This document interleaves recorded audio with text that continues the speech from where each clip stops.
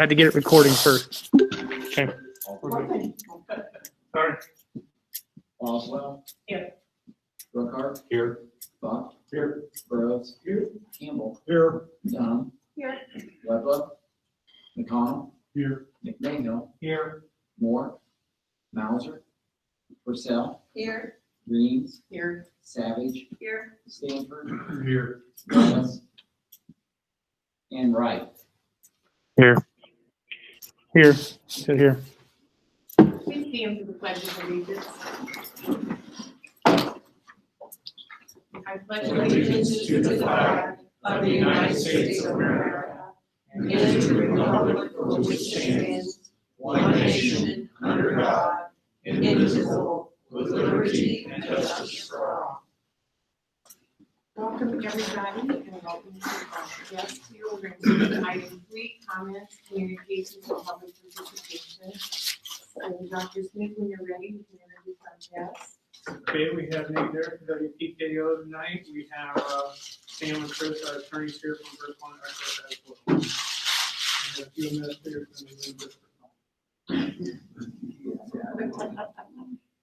Okay, so on item 3B, district update, we went to Don Ponzimas. Yeah, Don, we'll let you go to For the the school front. lunch program. Don's going to talk to you about a few things going on here in the district.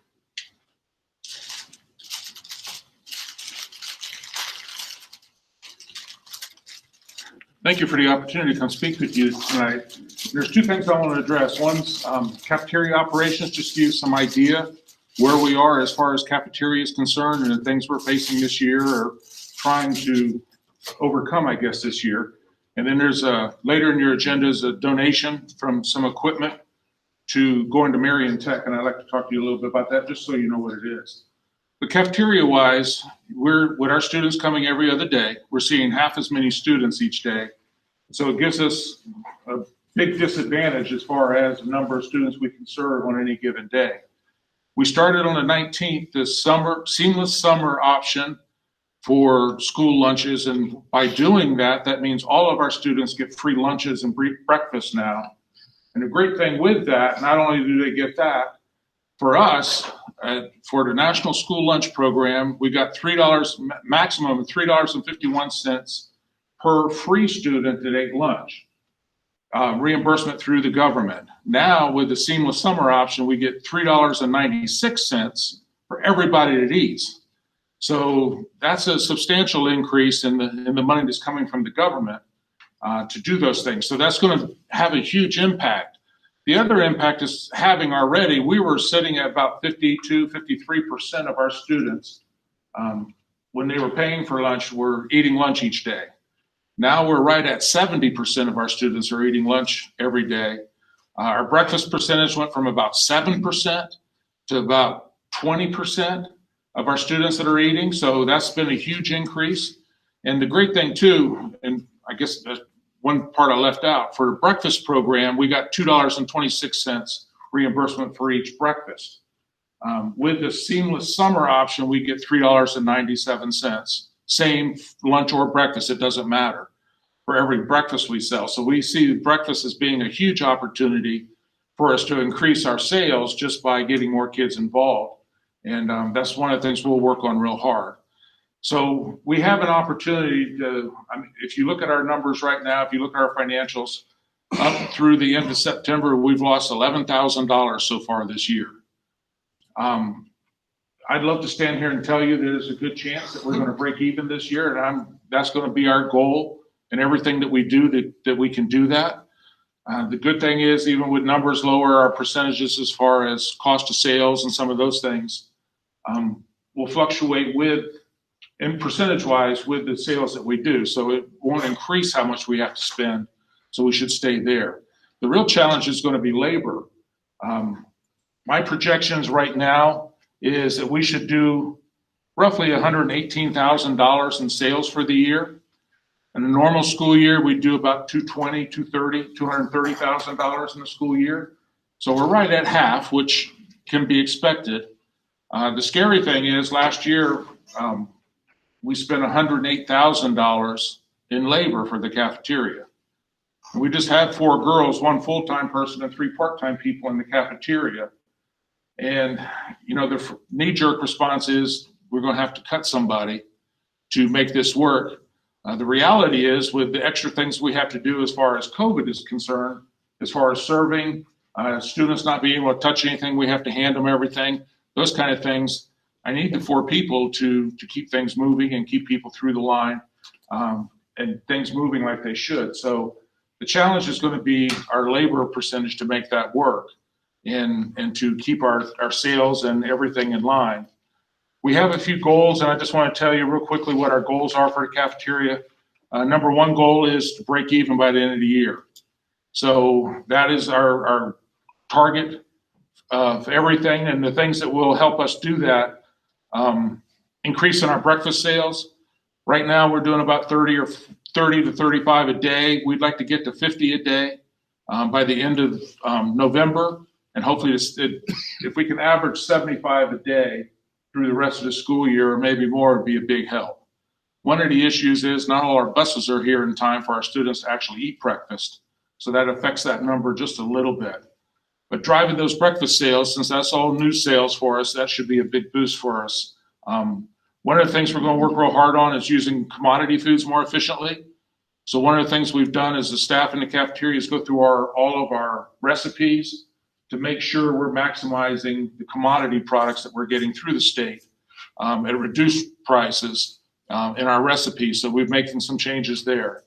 And the other thing is, for the students that were buying lunch, and even the students that got free lunch, a lot of them still bought extra items, an extra sandwich or anything else like that, drinks, those kind of things. So we're working on more recipes to try to maximize the a la carte sales, different dessert items that still fit the meal patterns that we need, some of those kind of things that students may be interested in, to just try to capture any of that we can.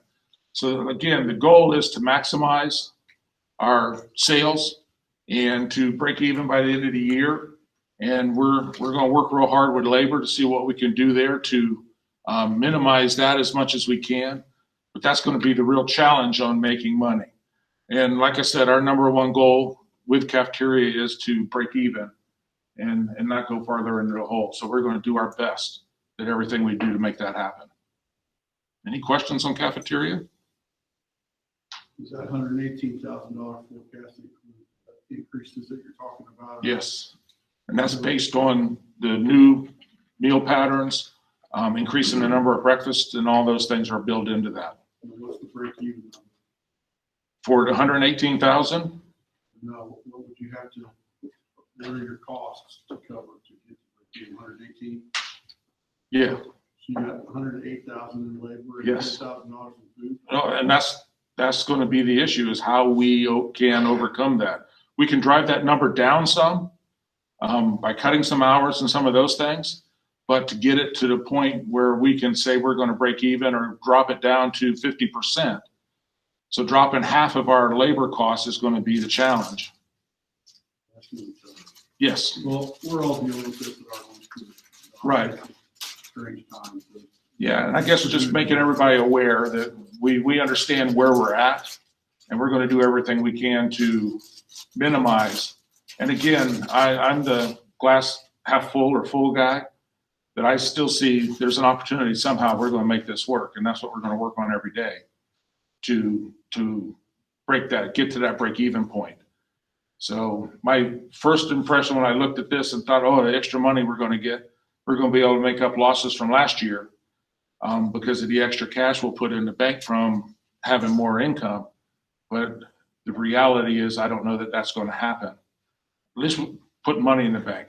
Breaking even is, I'm not sure it's a realistic goal, but it's what we're shooting for. Any other questions? Okay. The only other thing I'd like to tell you, I'm sorry, do you have a question, Ann? I was just gonna say, Don, I don't think we actually, I think when you calculate 118 break even, you're talking the salary and the $11,000 that we've lost currently right now. I think we spend more than $10,000 a year for food. Yes. I mean, so So there would be a bigger number total, but the profit, would be trying to get to 118 to calculate the 108 in salary, and about the 11 that we already lost this year coming into it. So I think that's what Don meant by breaking even. You asked if we only spent $10,000 in food. He said yes. Oh, I'm sorry, no. We're probably spend $10,000 a month in food. Yes, easily, And yeah. so Our I wanna make sure food that was cost- clear. Our food cost is about 41% of our sales. So if we can get that down in the 30s, it's a little bit that'll help. But the labor, if we can get it in the 30s, is exceptional for most schools. And we've run 55, 56% labor in the past. We've got that down below 50% at least the last couple of years. Well, not last year, but years before. So we're going to try to do that. I'm not sure how we're going to do that. So we're just going to have to reorganize some things that we do and just be much, much, much more efficient to make that work. So I'm sorry, I misunderstood the question when. I just want to make sure it was clear. I didn't want the reporter over there to say we only spent $10,000. No, that's not the case. So. Okay, thank you, Don. Okay, well, and the last thing, Marion Tech. One of the things you'll see is on the donation, Marion Tech reached out to me. They have a FANUC automation line. We have 4 pieces left we had a FANUC automation line here when we remodeled our engineering lab. And we kept 4 pieces of that thinking Clark State may be interested in using that. They're not. So Marion Tech has a piece of that line that broke and called out and said, see if we could work something out. So I talked to them and possible donating all 4 pieces that we have left to them so they have backup parts. One of the reasons we didn't use that line moving forward was $12,000 to $15,000 for updates. To do that, they've done that part already. They just need the mechanical pieces that are broke. So it's a actual FANUC robot that's broken, and we have one that was working when we stored it.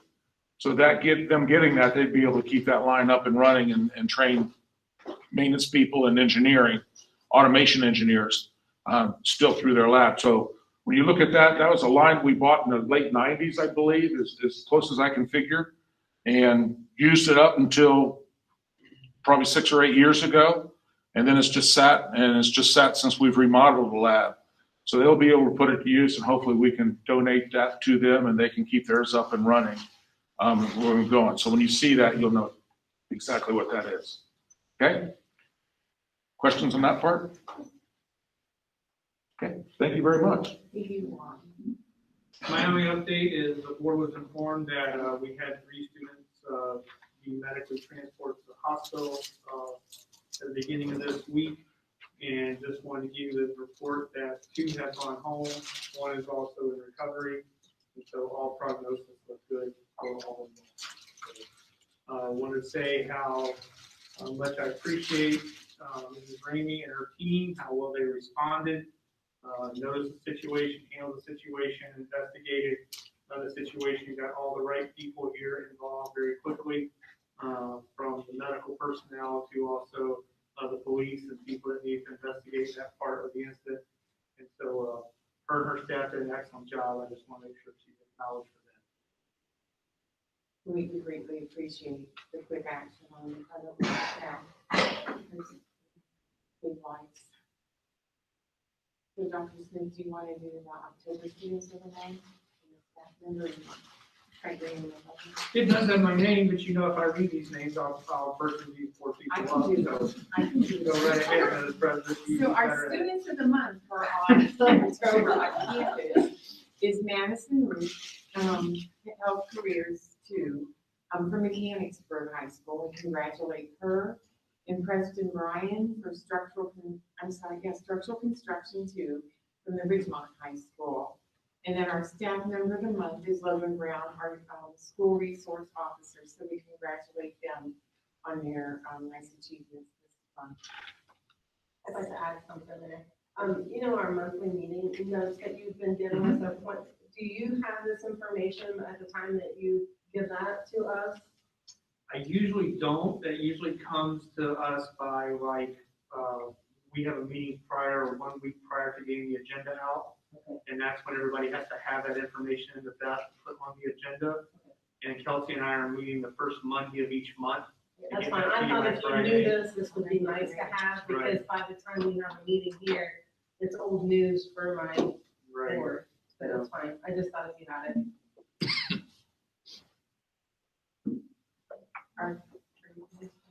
Yeah. So item 4, committee reports and presentations, the legislative report, Paul. Okay, of course, Ohio Association of Career Technical Education, they really didn't do much this week to get ready for the Capital Conference. On October 6th, they introduced House Bill 773, which is part of House Bill 166, to increase public library fund, to allocate to increase the library equality. On October 2nd, the Ohio Control Board request to use $6 million for CARES Act coronavirus relief funds for all K through 12 mental health assistance, support capacity development, connection to community and resources and implication. The funding will be provided to ESCs and receive funding through competitive grant opportunity for preventive education funding in House Bill 166. October 23rd, the education funding proposal are expected to introduce companion legislation to House Bill 305 in the upcoming weeks. The companion bill will be a substitute version of House Bill 305, will also release in the coming weeks. Pandemic education law flexibility, Senate Bill 358, which changes education law for the 2021 school year to provide school district continued flexibility and relief during the COVID-19 pandemic. Mike DeWine signed the House Bill 17. The bill allows the enhanced homestead exemption for surviving spouses, public safety personnel killed in line of duty.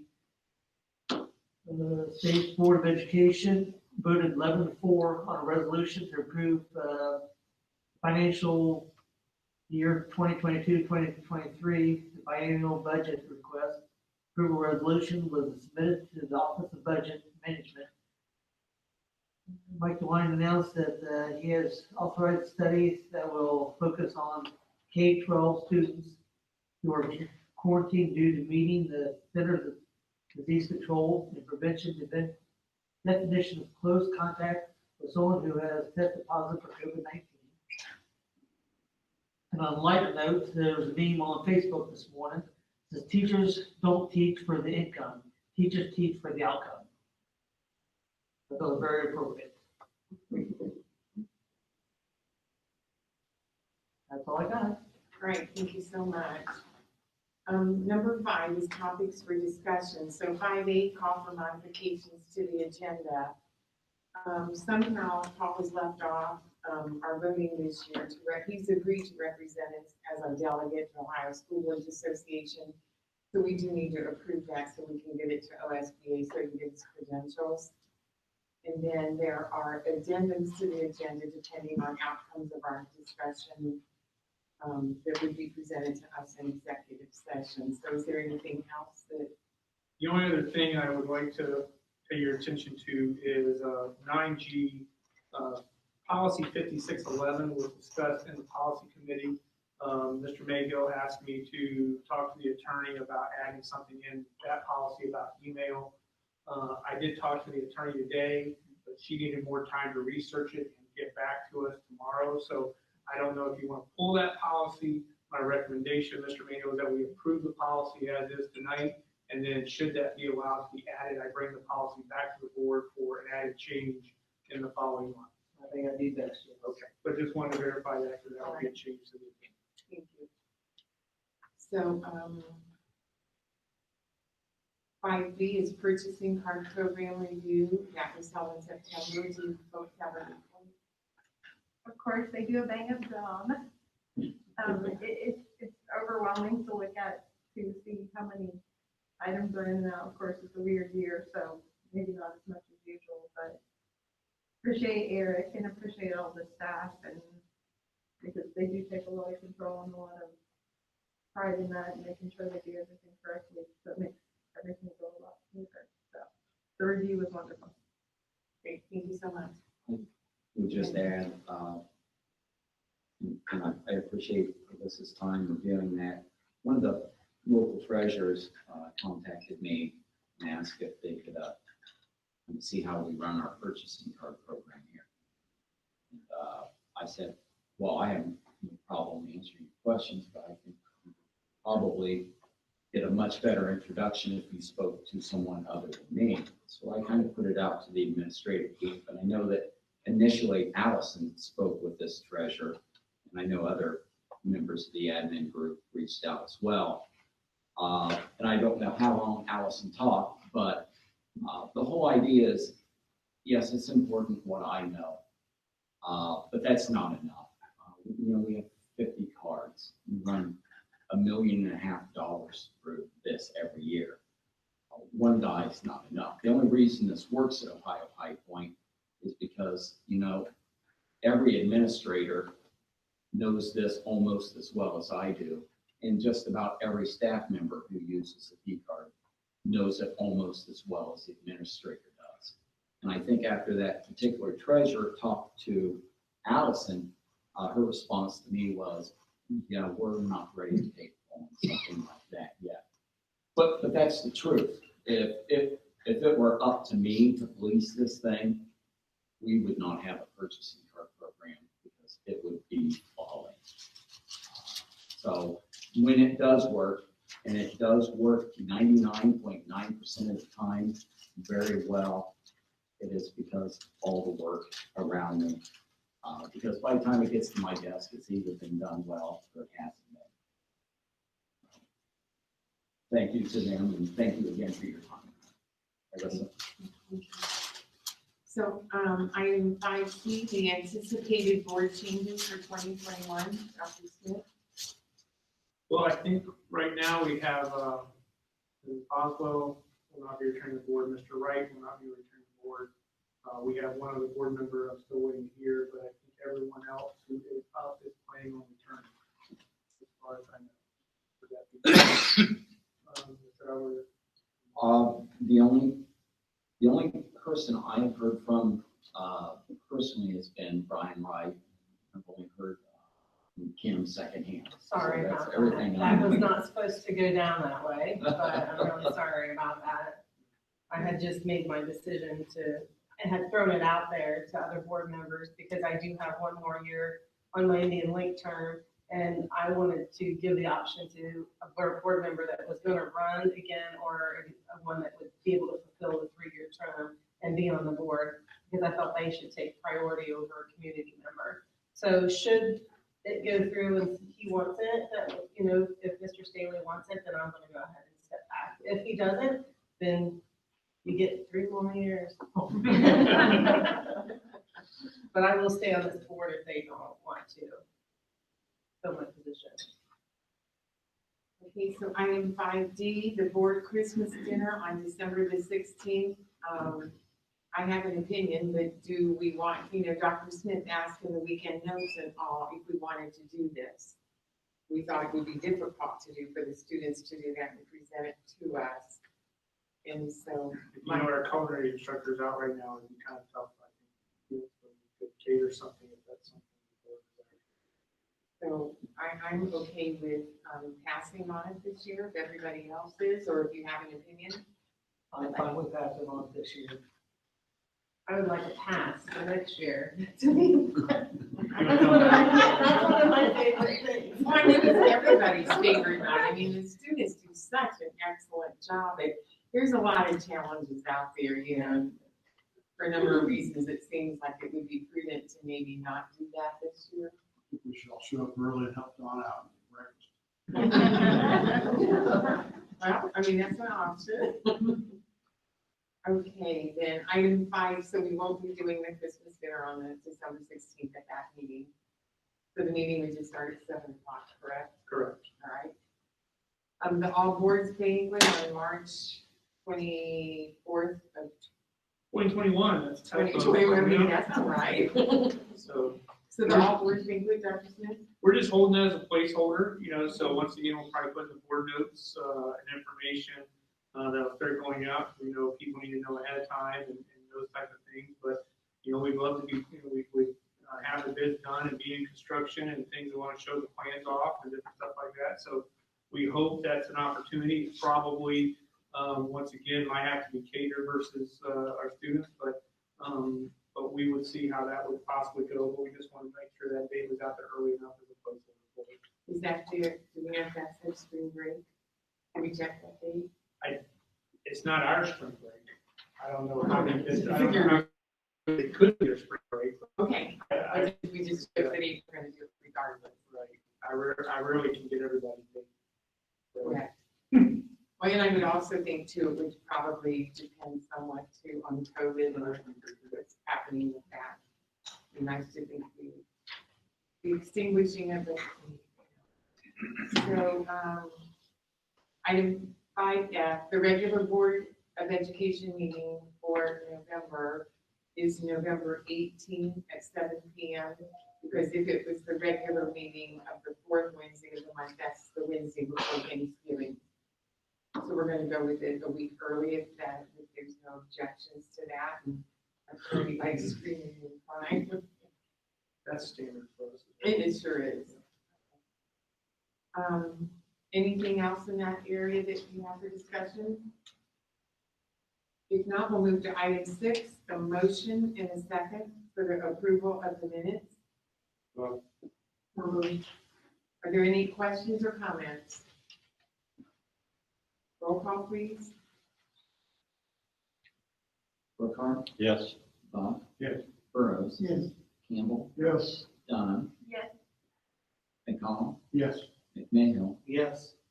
Purcell, Yes. Reeves, Yes. Savage, Yes. Stanford, Yes. Wright, yes, and Boswell. Yes. Motion carries. Item 7 is executive session. We will take a motion to enter executive session to consideration of matters required to be kept confidential by the state statutes, revised code 121.22 G5, and then compensation of employees. May help. Thank you, and I think we're going to invite Brad to stay in the meeting then with us also. Yeah, that was my goal, but I was gonna ask them first. I was gonna try to step out and ask the board if that's okay. Okay, so do we want to do it that way then? Yeah. Okay, In case somebody. sorry. In case somebody has an objection, I don't wanna go to. That's true, okay, super. Roll call, please. Buck. Yes. Burrows, Yes. Campbell, Yes. Dunham, Yes.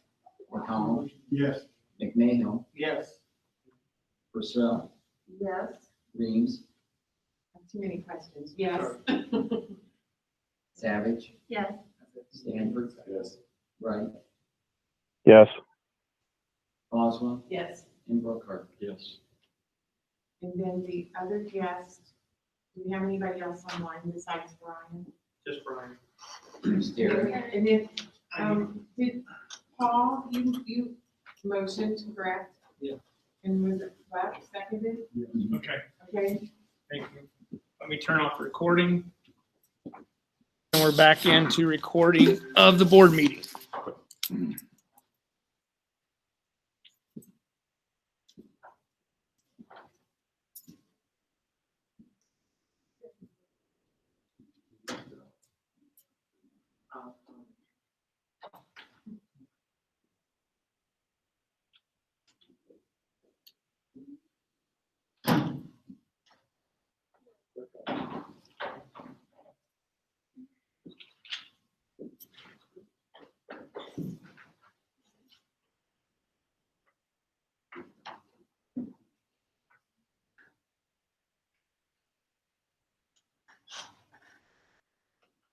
so, we're going to deal with items 8. So a motion and a second to bring items 8A through 8E to the floor for discussion and vote.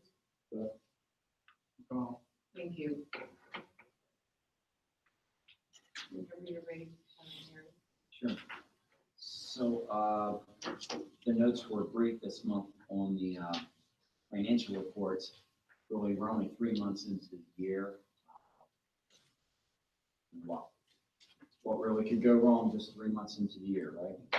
So, but everything looks as I would expect it to look, and I would think that it would continue to trend out that way over the course of the year. Of course, that's what the one report that I'll just keep going back to over and over again, the cash balance, the budgetary curve, the expense curve, that's exactly what they're showing you. They're showing you our expense trends, our revenue trends, our cash balance trends based on the revenue and expense trends. And what you should see pretty much is that the revenue actual should follow that trend very closely. We would suspect that the expense actual is going to dive under the trend number. And the more it dives under, the more the cash balance will rise above. Okay, and that's pretty much what we talked about at the beginning of the year. We never spend all of our budget. I do expect to get 100% of what I budget for revenues, so that our bottom line will always look better than worst case scenario 100% spend. Okay, so 3 months into the year, that's all still working out. Two things that I wanted to bring up this month. I think the first I will just write about in my notes next month. That is, when we sold our bonds, we actually sold $35 million in bonds. Okay, some of those were at a premium price.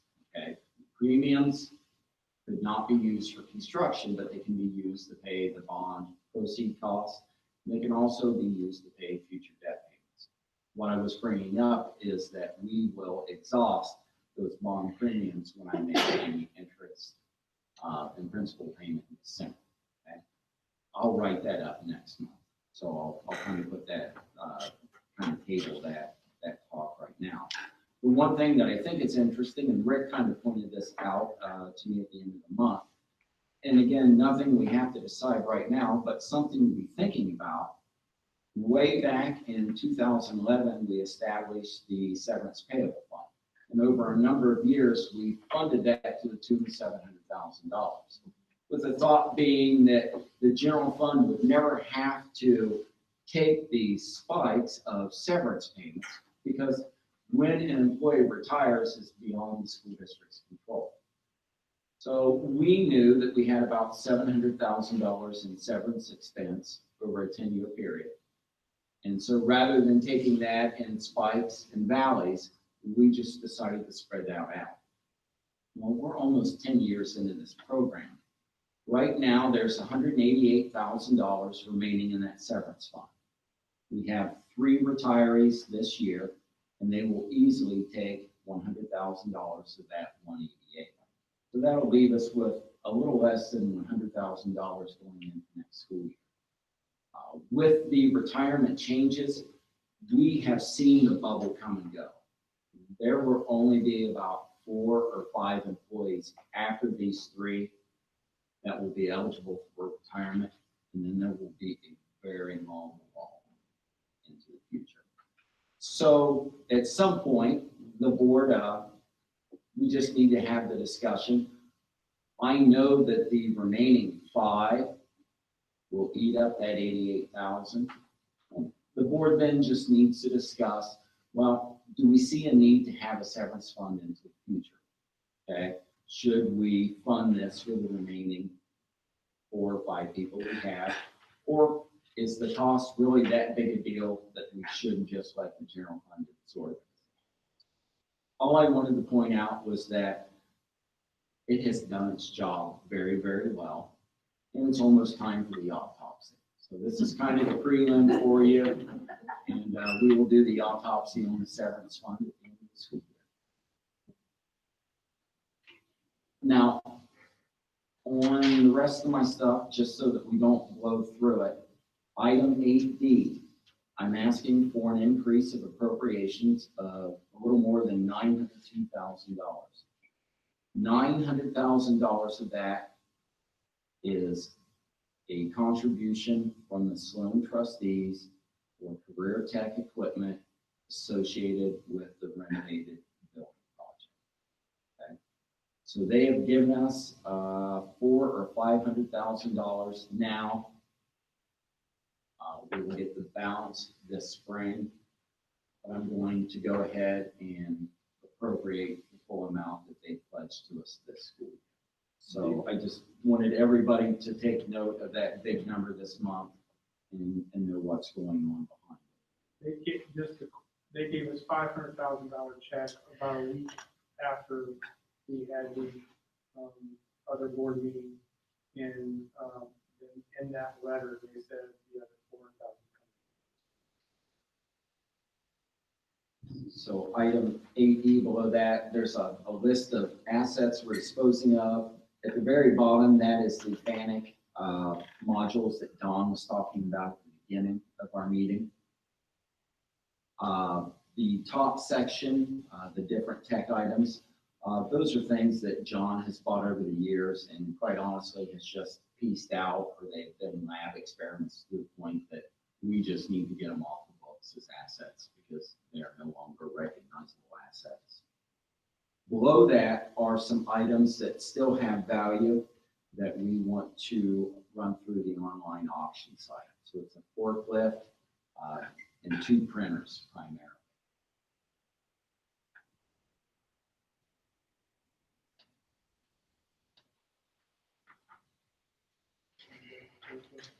No, I just can't believe that 22-year-old forklift. Yep. That's pretty amazing. Well, Mr. Walker behind you milked that for as long as he could, and he talked me into doing this year. So the new one was just $11,000. Yeah. Well, if there are no questions, then that's the extent of my report tonight. Thank you so much. Anybody else have questions or comments? Does this building project show a place in the wall where we're gonna bury Mr. Walker? Like when he's gone, we're gonna keep him forever, though. You'll probably have to be like a glass case, you know, so We digress. If nothing further, tell us where you want to be buried, Robert. There you go.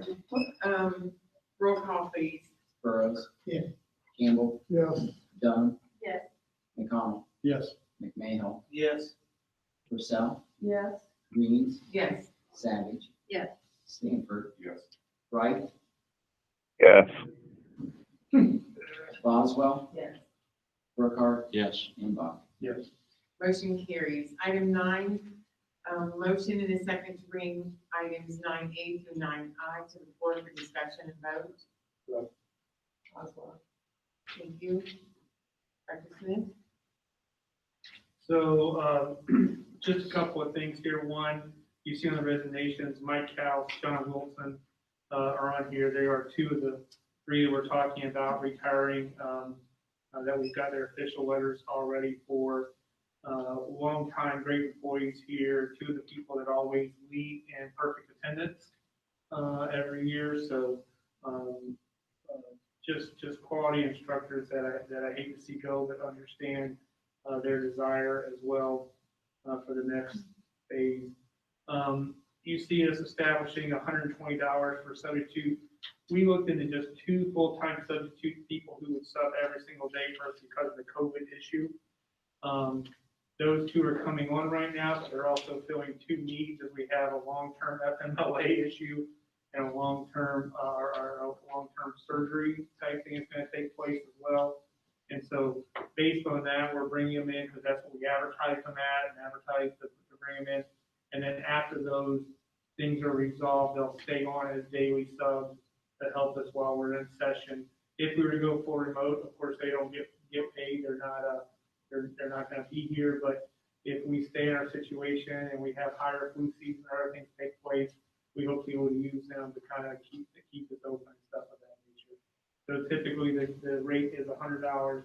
This was $120 to try to attract some people to that position in COVID. Want to go to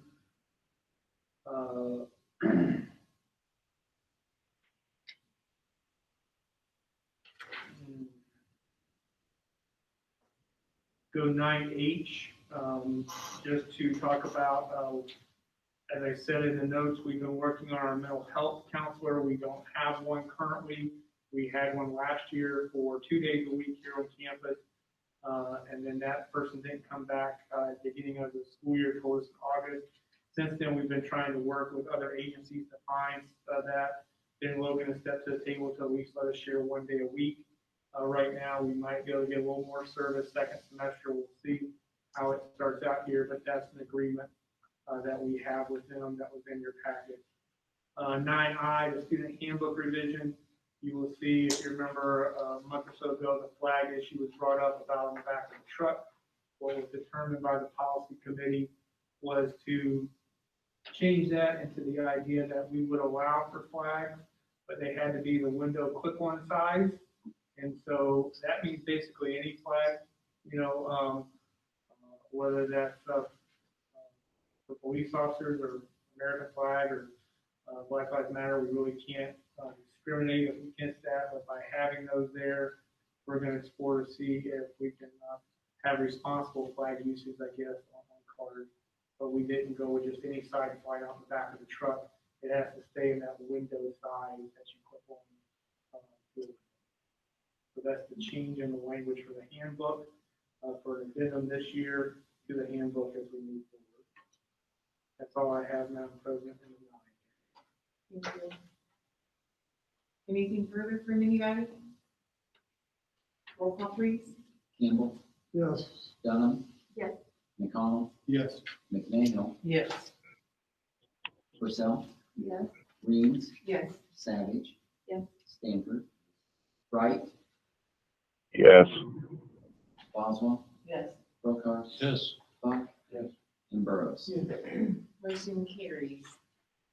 You're just gonna have to bear with me through the tens here because we've changed this all around. So we'll start with item 10A first. Correct. The board resolutions and action items. So the first is the resolution with the Logan County School Employees Consortium bylaws amendment. And that's what we participate in for the health insurance. We purchase, well, we have purchased insurance as a group with Benjamin Logan, Indian Lake, what is now the Midwest Regional ESC, and once upon a time Riverside as well.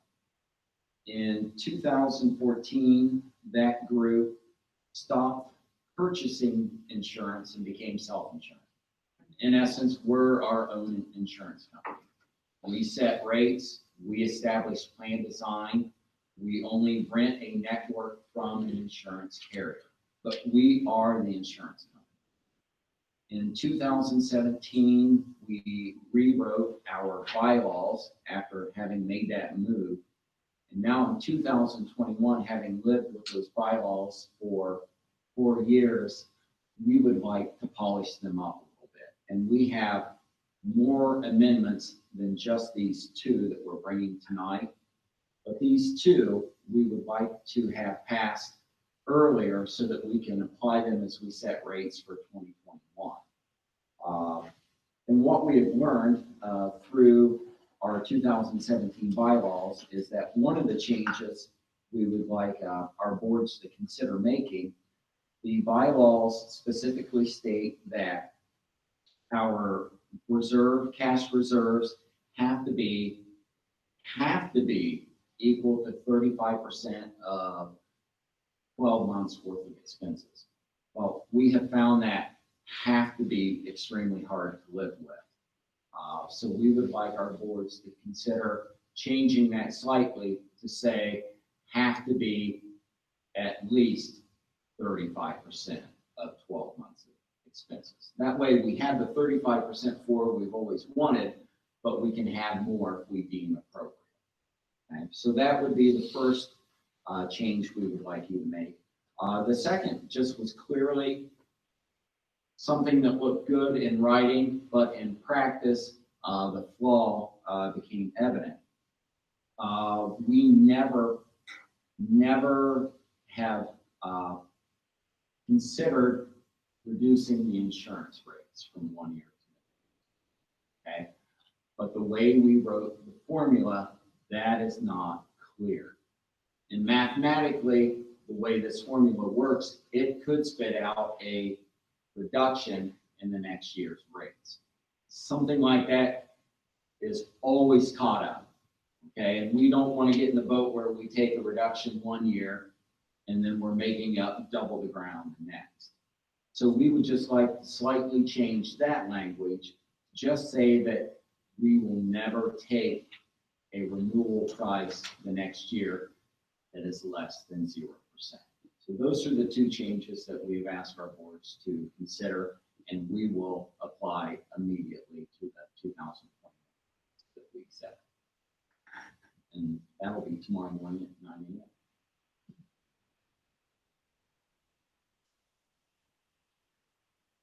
Any further discussion?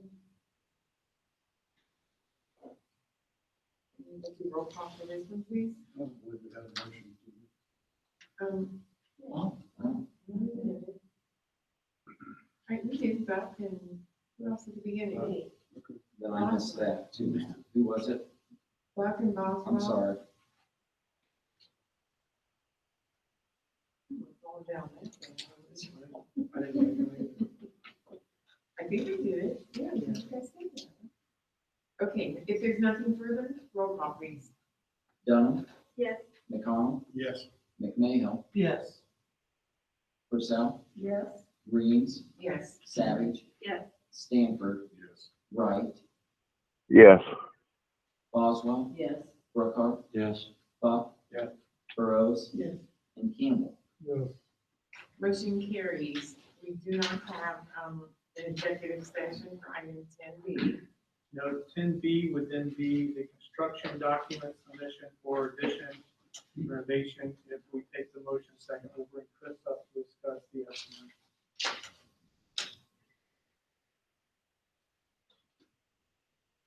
The 10B is the construction document. Yes. It is the actual construction document. Chris, Manuel. I'm sorry. Motion, you want motion second, and then discussion? No. Mayhill is Buck. For item 10B, which is now the construction document estimate, correct? Correct. You should have that estimate in your folder. This one starts with 201022. I'll be there, I will tell you, Matt, when I pull it up, but.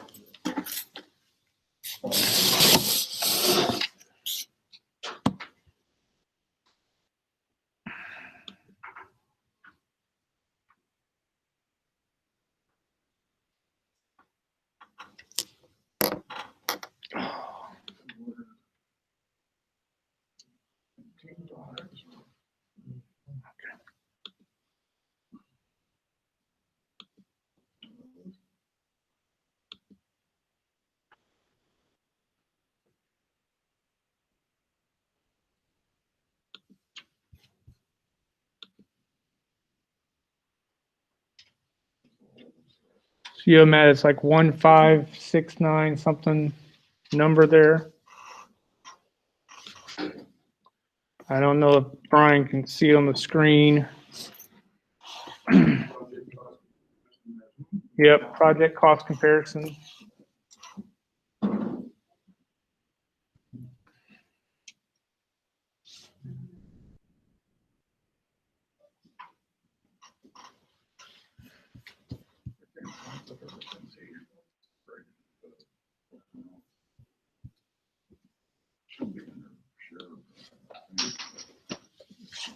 Do you guys have it?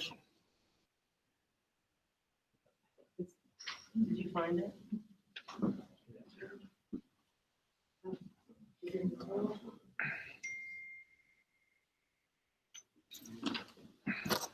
Oh, it's the total project cost. Spreadsheet.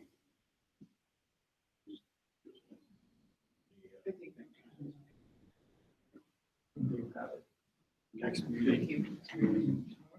Yeah. You'll definitely want to have this up on you for Chris to walk through those numbers.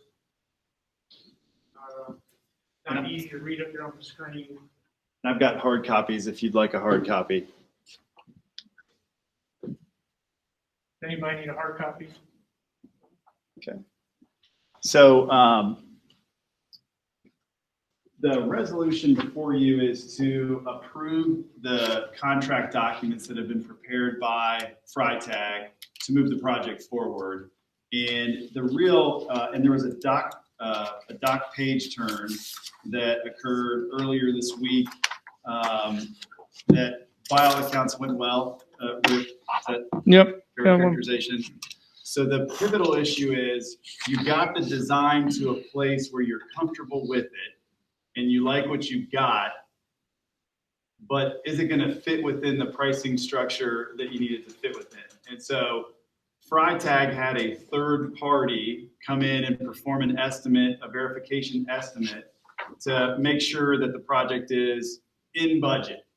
And great news, it is in budget, and based on the current environment, it looks like it's probably over $1 million lower than the estimate was a few months ago at the design development stage. So that is going to provide you with opportunity on bid day to purchase alternates and those sorts of things we expect. And so the question before you is, are you comfortable with this estimate such that you can approve the drawings and move the project forward to bid? Now, certainly crazy things can happen at the bid, but based on the current market, this estimate looks to be very favorable. And so what I'd like to do is take a moment and just walk down through the estimate. And what we've put together is a cost comparison so that you can see on the left side the design development estimate that you heard a few months ago. And then on the right side, where you are right now with the construction document phase. And so if you've got this document in front of you, I'll show you what I'm talking about. The first costs that are on the left-hand side that you don't see a corollary or a correlating cost on the right-hand side is because at the design development stage, you were functioning under the CMR delivery model, the construction manager at risk delivery model. Since you're moving forward at the construction phase with a general contractor, you do not have those costs. So construction phase personnel costs, general conditions costs, site development costs, those hard numbers are not in front of you anymore. They were part of Marker's agreement, but they're not going to be in front of you for purposes of the general contract. They are going to be incorporated into the cost of the work. And so now as you move down through the three phases of the project, the construction entrance drive, the addition and the renovations, and the furniture and fixtures, you are at a hard cost number. And if you look right here on your page, you are at a hard cost number of $26,472,441. And what I will tell you is that the third party estimator, which is a firm out of Indiana named Blundell, they came in with that number with a 2% bid day contingency, just to say, we're going to put 2% on top of it. Our actual number is 2% less than that. So their hard cost number for base bid is actually less than that. And so when you look at everything down here in the alternates that was part of your DD estimate and has now been shifted into that base bid, you can see that there's a considerable savings based on what they see the current market looking like for the GC delivery model. So that's really good news. And then the other part of it is the difference is 29 million for DD, which was the CMR Marker estimate, and 28.5 now for construction documents under GC. That also has an owner contingency in it of $2 million, which is 8%. We're going to recommend that you actually move forward once you bid the project and you allocate your contingency with 10%. So take that 2% that the estimator plugged in there, add that to the 8%, so you have a 10% contingency. The upside to the general contracting delivery model is that that gives you full control over that 10% contingency. Whereas under the construction manager at risk model, 3% of it was controlled by the construction manager at risk, and then the rest of it was allocated for you. But at the end of the day, the total construction hard cost, if you add in all of the alternates that you're now including in part of the base bid, you're at 29.3 for design development, and now you're at, under construction documents, you're at 28.5. So nice savings there. The soft costs we have listed down here are the soft costs that the project is going to, these are expenses that the project is going to experience, but for purposes of what you are approving today, what you're approving today is this hard cost number to say, I'm comfortable that the design that Freitag has put together for this project is going to be able to go out on the street and come back in within a range that is going to be in a range that we can afford and that we want to spend. So, and I think you're there. So that's great news. We were very pleased when we saw it. Nice savings for the district. So any questions about the hard cost, and then we'll get into some of the soft cost issues. Okay, so soft costs are everything that is not money you're paying to the contractor to build the project out. And so some of the soft costs are like your architectural fees, pre-construction services, which is going to go away a little bit, the technology design fees, land survey, soil borings, agency approval fees, which is for your building code approval, construction testing services, documents, builder's risk insurance is a piece of the soft cost. There'll be a limited commissioning service that you'll want to have for the project. And then there are some contingency items that are noted here because they were part of Marker's estimate, but now they're actually back up here in the hard costs. So you're not going to have to pay those down here in soft costs, which is another savings on the soft cost side. Owner's rep services, a scheduling consultant is going to be something that we'll recommend, but we'll bring that to you at some point here in the near future. You may want to have a envelope commissioning service performed on the project, just to make sure that your exterior is tight, and then some additional costs for project software, and then potentially aerial construction photographs, just to keep an idea of what you've got going on a regular basis on the project. But these are the soft costs, and these soft costs fit within the budget. And so what we like about the soft costs is that they don't get outside too far of what Marker had, and they fit nicely within the budget. So all told, what we see here looks to be a solid design by Marker that's going to put you in a spot where you're going to be able to buy the project on bid day and move forward and build it within your project budget, which I think is everything that you're looking for. So very pleased with the estimate and pleased with how the project has moved forward to the design document stage. So what you are approving today is that design document phase in conjunction with this estimate and giving Freitag the authority to move forward and put the project out to bid. And so we'll see what the market brings back here in a little bit. So that is that motion. Any questions, comments? Do you use drones for the aerial construction photographs? There are a few ways that you can do that. You can do it with a drone. There are some towers around, and so there's a service that will come in and actually tell you what the best way to do it is. What we're looking for is just that regular aerial shot from the same spot, so that we can have a sequence of the project as it's moving through. Sometimes if it's up on a tower, it's nice because it can be a live camera and you can just watch it unfold from the video. But if that's not feasible, the drone is the best way to do that. And those things too, Ann, though they're part of the estimate right now, are possibilities. They're not things that we necessarily have to take as well. there's things we're talking to Robert that we might be able to do that in our own way and a cheaper process because we've done it before on other parts of the project. So this is, like I said, kind of a basics of things that might have been done, some with the CMR and others that were partially could have been done that way. But now that we're taking it all on our own, we can break out those costs a little easier and decide which ones, when we get to bid day, we really want to take on and do. And really to show you that all these potential soft costs still fit within what it is that you want to spend.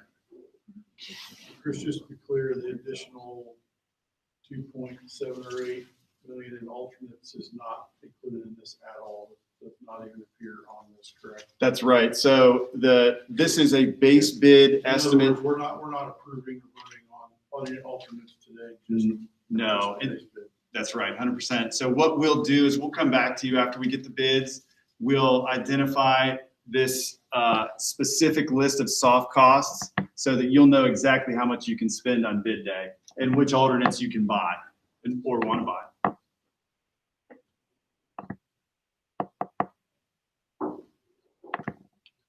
So with that, any other questions? Chris, I'm just surprised with the land survey. How could that decrease from 169 down to 20?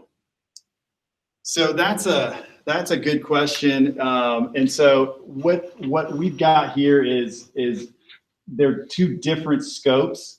Yeah,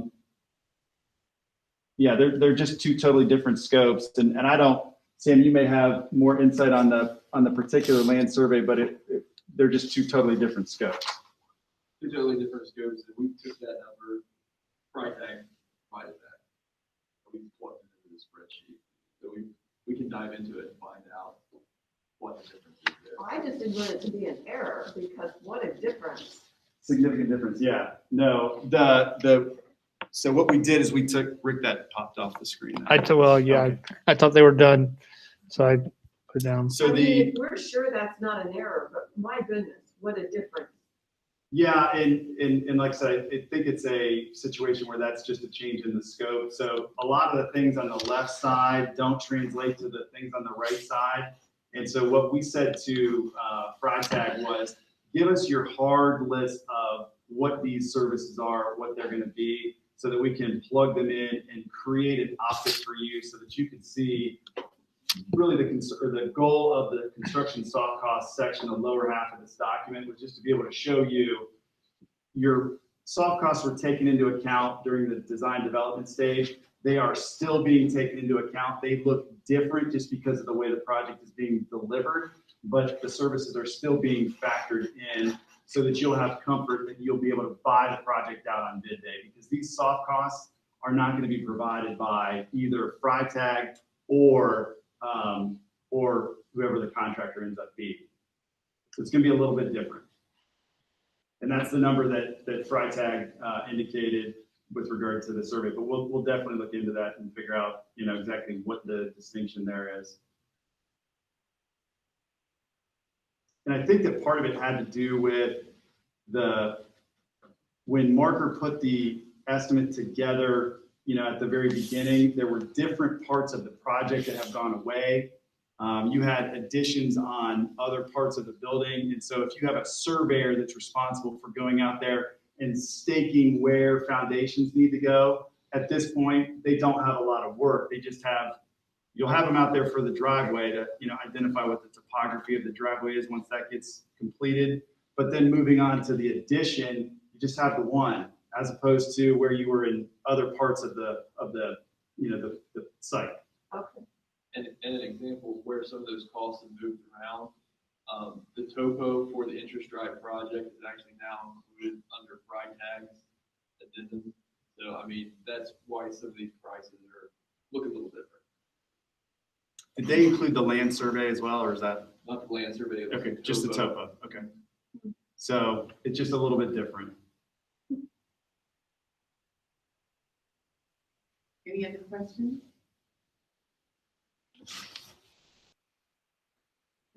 All in all, very solid estimate. Looks to be great, actually. So we're excited to see how it comes back. We've seen the market really be competitive lately, considerably competitive, sometimes 5-8%. So looking forward to seeing how this one comes back for you.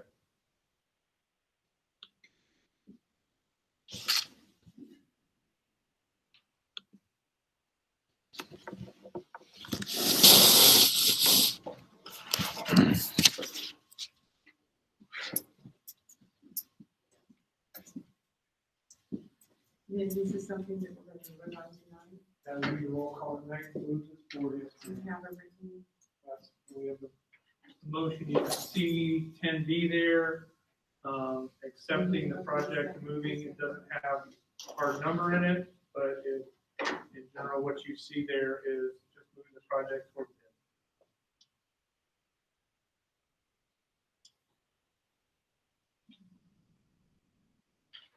the end. And we. So, item 10B, the construction document stage submission for the additions renovation project.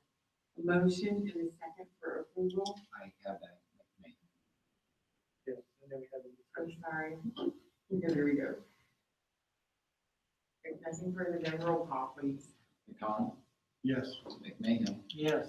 Purcell, Yes. Reams, Yes. Savage. Yes. Stanford. Wright, yes, Boswell, Yes. Brookhart, Yes. Buck, Yes. Burrows. Yes. Campbell, Yes. and Dunham. Motion carries. Okay, we now have, I believe,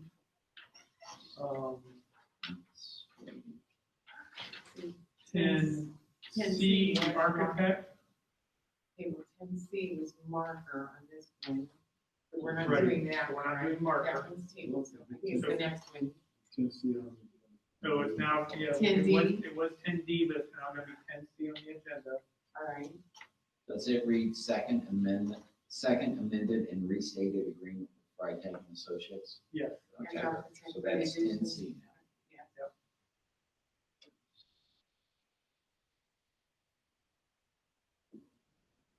With the amounts being 347,036, right? Correct.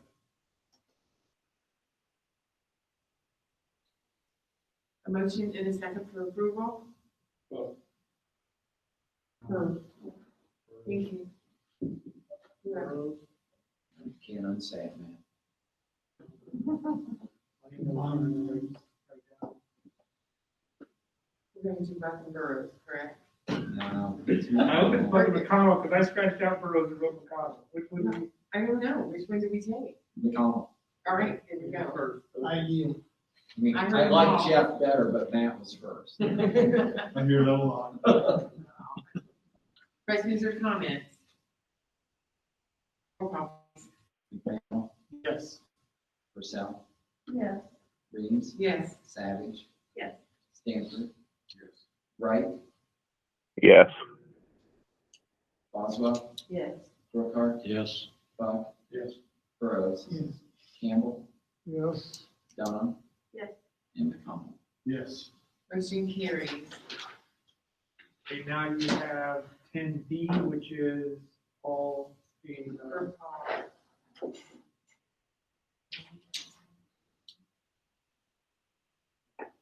So we need a motion in a second, and Paul has agreed to do this, if it's all right with you, for him to be the OSBA voting delegate for Ohio High Point, JBSD, for the 2019-20 school year.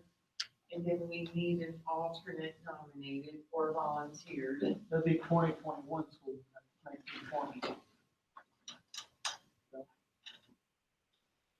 Sorry. No problem. so are you going there virtually? Yeah, Is McKeesburg paying for you? no.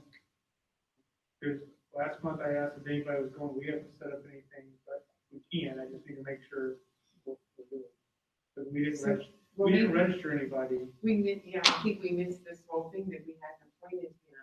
Yeah, but I thought we did. I did have it on the agenda the last 2 months about the virtual OSBA and asked if anybody was going to attend, and everybody told me no. So it's tomorrow at 6:30 via Zoom at there's, tomorrow evening. yeah, there's a phone number you can call to get an emergency link sent. Each link is individual, you can't forward them. Right, but we haven't done a PO or done anything, so I just, it will be something we'll have to try to rush through tomorrow. Just want to make you aware of it. Right, you did ask, and I think there was just some confusion on this one. We need an alternate then as well. Yes. Do we have a motion in a second? No, not yet. Brookhart. Welcome to the card. You still against it? And then someone nominated as an alternate, should he not be able to go tomorrow night? Man, McDonald. You help us all. I think I can sit in front of a computer screen for a couple hours. All right, roll call please, You want to do voice vote on this one, or would you like? or do you want to do aye and nay? Yeah. All in favor signify by saying aye. Aye. Opposed?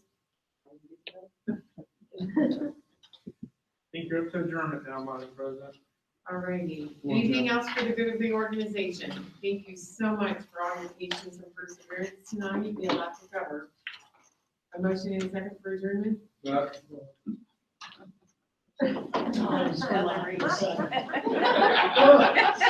Can we go? Thank you. All in favor signify by saying aye. Aye. Opposed? Aye. Carries. Thank you. Be safe going home.